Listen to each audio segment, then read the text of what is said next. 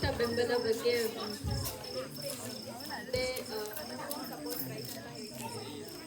Support ಪ್ರೈಸ್ನ ಬಿಡಿಸಿ ಹೇಳಬೇಕಂದ್ರೆ, ರೈತರಿಗೆ ಸರ್ಕಾರವು ಸಪೋರ್ಟ್ ಅಂದರೆ ಸಹಾಯನೂ ನೀಡುತ್ತದೆ. ಹೇಗೆ ಅಂದರೆ, ಒಂದು ಕನಿಷ್ಠ ಬೆಲೆ ಮಿನಿಮಮ್ ಪ್ರೈಸನ್ನು ಕೊಡೋದು ಮೂಲಕ.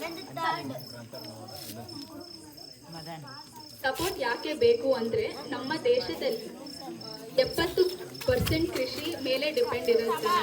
ಇದರಲ್ಲಿ 86% ಸಣ್ಣ ರೈತರು, ಅಂದರೆ 2 ಎಕರೆ, ಅವ್ರು 2 ಎಕರೆಗಿಂತ ಕಮ್ಮಿ ಸಣ್ಣ ರೈತರು ಅಂತ ಕರೀತೀವಿ. ಕನಿಷ್ಠ ಬೆಂಬಲ ಬೆಲೆ ಅಂದರೆ ರೈತರು ಬೆಳೆಯುವ ವಿವಿಧ ಬೆಳೆಗಳಿಗೆ ಕೇಂದ್ರ ಸರ್ಕಾರವು ನಿಗದಿಪಡಿಸುವ ಬೆಲೆ. ಇದು ಬೆಳೆಗೆ ನಿಗದಿಸುವ ಕನಿಷ್ಠ ಬೆಲೆ. ಸರ್ಕಾರವು ಎಪಿಎಂಸಿ ಹಾಗೂ ನಾಫೆಡ್ಗಳ ಮೂಲಕ ರೈತರ ಬೆಳೆಯನ್ನು ಈ ಬೆಲೆಯಲ್ಲಿ ಕೊಂಡುಕೊಳ್ಳುವುದಾಗಿ ಮುಂಗಾರು ಶುರುವಾಗುವ ಮುನ್ನ ಪ್ರಕಟಿಸುತ್ತಿದೆ. ಯಾಕೆ ಬೇಕು ಅಂದರೆ, ಒಂದು ವೇಳೆ ಮಾರುಕಟ್ಟೆಯಲ್ಲಿ ರೈತರು ಬೆಳೆದ ಬೆಲೆ ಆಕಸ್ಮಿಕವಾಗಿ ತುಂಬಾ ಕಡಿಮೆ ಆದರೆ ರೈತರಿಗೆ ಬೆಳೆಯನ್ನು ಮಾರಾಟ ಮಾಡೋ ಸಂಕಷ್ಟ.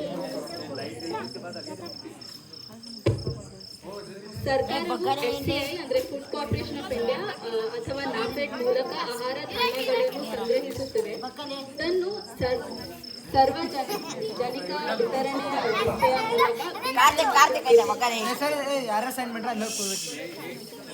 ಅಂದರೆ ನ್ಯಾಯ ಬೆಲೆ ಅಂಗಡಿಗಳ ಮೂಲಕ ಒದಗಿಸುತ್ತದೆ.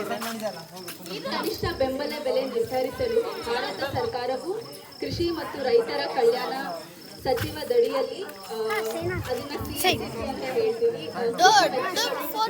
ಬೆಲೆಗಳ ಆಯೋಗವನ್ನು ನಿಯೋಜಿಸಿದೆ. ಕನಿಷ್ಠ ಬೆಂಬಲ ಬೆಲೆಯನ್ನು ಹೇಗೆ ನಿಗದಿಪಡಿಸುತ್ತದೆ?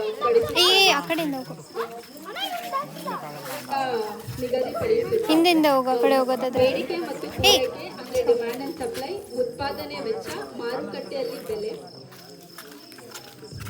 ಕನಿಷ್ಠ ಬೆಂಬಲ ಬೆಲೆಯಲ್ಲಿ 24 ಬೆಳೆಗಳು ಮಾತ್ರ ಬರುತ್ತೆ.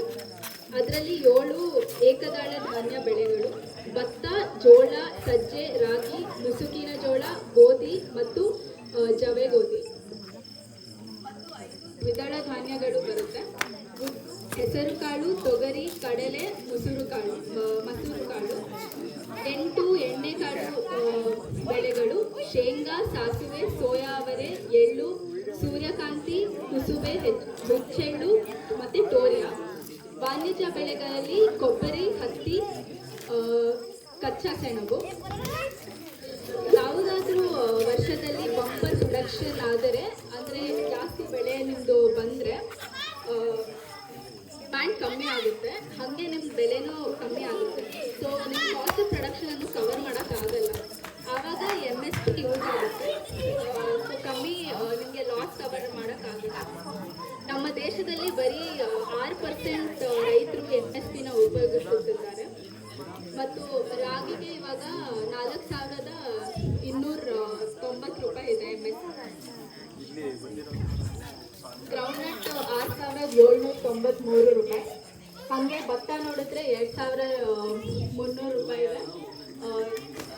ಲಾಸ್ಟ್ ಇಯರ್ಗಿಂತ ಕಂಪೇರ್ ಮಾಡಿದರೆ ರಾಗಿ 11.5% ಆಗಿದೆ MSP ಪ್ರೈಸ್.